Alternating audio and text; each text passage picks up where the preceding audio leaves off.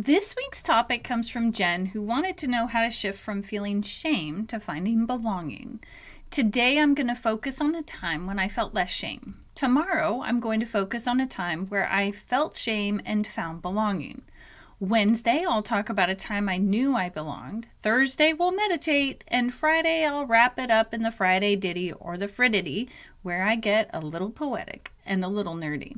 So if you have a question like Jen did, comment below or DM me on Instagram. I'm Angela, and this is me making sense of myself. The first question I'm asking myself today is, what was it like to feel less shame? And the moment that comes up in my mind is actually a moment on social media where I had been part of a group with for parents with disabilities. And at this point in time, I think I had started my podcast Relatively Damaged, and I was starting to realize that the real value in someone didn't lie in what they could do, but just that who they were and that they existed. If you know, I think I came up with a quote, you are, and because you are, that is enough. Like, you exist, and because you exist, that's enough. But what happened was I was really disappointed in recognizing that by having a disability and using the word disabled or even disability sets us up to be fighting against what I would refer to as, let's see, what would I want to call it? Well, bottom line is language, right? We learn language starting in elementary school, and ability, abled or capable. We disarm, we disable. Cars are disabled on the side of the road. Alarms are disabled when they're not working or they're turned off so that they do anything. And I was having trouble recognizing that or maybe the word is, I was like, well, I'm not non-operable.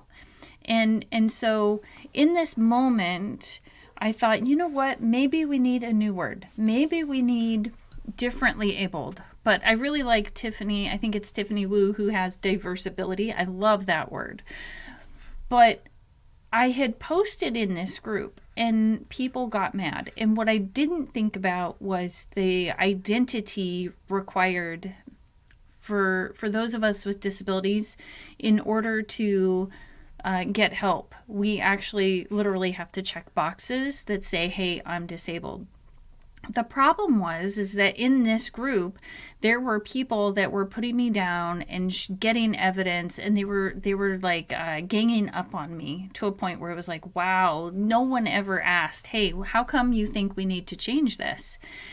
And instead told me never. And there's this study. There are studies on everything from every different perspective. I get that now, but they needed their belief, and I thought, my belief is valuable too. And so at this point in time, what I started to do was I got that feeling of, oh, I'm wrong. I'm wrong for believing that we're more than non-operable, right? And I thought, wow, I'm just wrong. And then I was like, well, that's not true. And I think I had my sister here who works with students. She's now a teacher, but she works with people with disabilities. And I knew in that moment, I was like, oh, okay. She's like, no, you have value. You provide so much value to the world. You have, you're doing this, you're providing this, you love people. Like, that's really important. So I thought, okay, well, what am I going to do? Because these comments just kept coming in. And so I decided to delete the post. And then someone made a post about how my post was no longer there. And I said, yeah, I deleted it. And then they got mad at me for deleting it. So first I was getting kind of what I would call beat up, essentially, in a way, with words and comments. And then to protect myself, to feel less shame. And I think that making that comment that said, yeah, I deleted it, actually gave me that sense of less shame, because I felt that sense of, oh, well, I'm important. And excuse me. And I can stop this barrage of negative information. And so when I took that post down, I actually felt less shame, which was really interesting. And I felt more like I knew I belonged in my current group at home, with my kids and my sister and my friends here. And at that point in time, I was like, wow, maybe I don't fit in with that group over there, this disability group, these people that identify as that. And I think I was okay with that. So how did I endure that feeling? Well, I actually sat with that feeling for about 24 hours. That feeling of shame where it's like, ooh, I'm no good. And then it was like, but I am, so I had to go back and forth a little bit with it so that I could feel like I needed to know for me, I think, what the right step was to feeling less shame. And I knew when I was getting through it that's actually the next question. How did I know I was getting through it? I think I knew I was getting through it when I took the post down and when I made that secondary comment that said I took it down. And so how did I get to that point where I felt less shame? Let's see. I got to that point by, I think it was number one. I think I was meditating at the time, but I really think it was finding where I did belong. What did I do to feel less shame? I think I talked about that. The next question is, how much effort did it take to shift into less shame? And I'm going to say that took a lot of effort because it was hard to decide that I needed to take that post down and then to acknowledge what I did and take full responsibility. But I think that keeping the people around me and knowing that they had my back regardless, that was super important to me being able to have that energy and to be able to put forth that effort to finding a place where I could feel less shame. The next question is, what inspired me to keep working at it? Well, I think I have this belief that, and I think it started before that all happened, but that we're all human and that we all belong regardless. And I think by having that as my guidepost, I think by that time I did have the question, how am I coming from love, that I kind of used as a mantra. That inspired me to keep working at it, to keep working at where I wanted to spend my time and my energy as far as the shame went. Now, the next question is, how does feeling less shame help those around me? Well, I think it's helped my children and the people that I hang out with because they've watched me walk through these really tough things, and I've talked about it with them. And so I think by talking about it with them, then they turn around and they're able to come to me and we're able to talk together about how maybe they're feeling that same feeling, recognizing that this is a very human feeling for everyone. At some point, all of us have felt shamed. And if we haven't, then I'm pretty certain, I feel confident in saying everyone at some point has probably felt shamed. So whose day is least messed up when, because I feel a little less shame?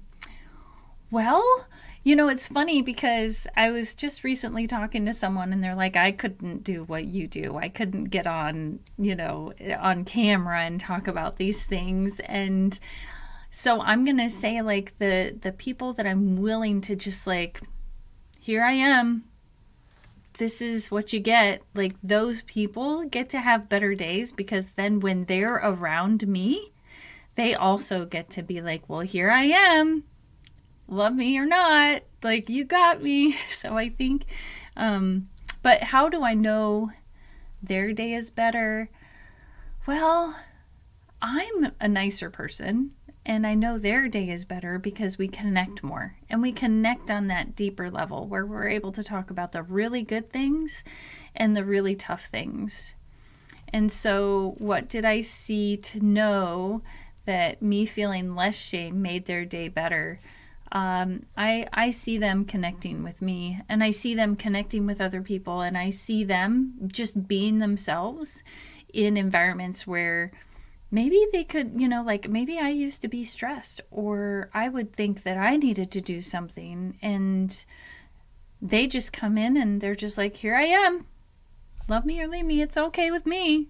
This is me, and I'm human, and I belong here. So I love that. What skills did I pick up that will help me feel less shame in the future? I think one of those skills is that unconditional love, like to recognize that I don't think people do things to hurt other people on purpose generally. I think people do things just to protect themselves. I think it's Byron Katie who says something like that, like only confused people hurt people. And I think on some level that's true. I don't think that most people walk around with the intention to hurt people. What will I likely do to feel less shame based on my past progress? Well, I think that I will likely continue to just own my story and my experiences and stand true to them. And how does feeling less shame build hope? Well, it builds more hope for me that things are going to get rough and I'm going to be able to get through them. And that's pretty freaking awesome, right? We do this together. So what skill will I use when I notice I'm starting to feel shame? Ooh, this is a good question. What skill will I use when I notice I'm starting to feel shame? I think the skill of telling someone I'm starting to feel shame, or I'm feeling alone, or I'm feeling like I'm not okay. I'm going to find that safe person. Like my kids are adults now, so I can easily talk to them. I can talk to my sister. I can talk to my friends.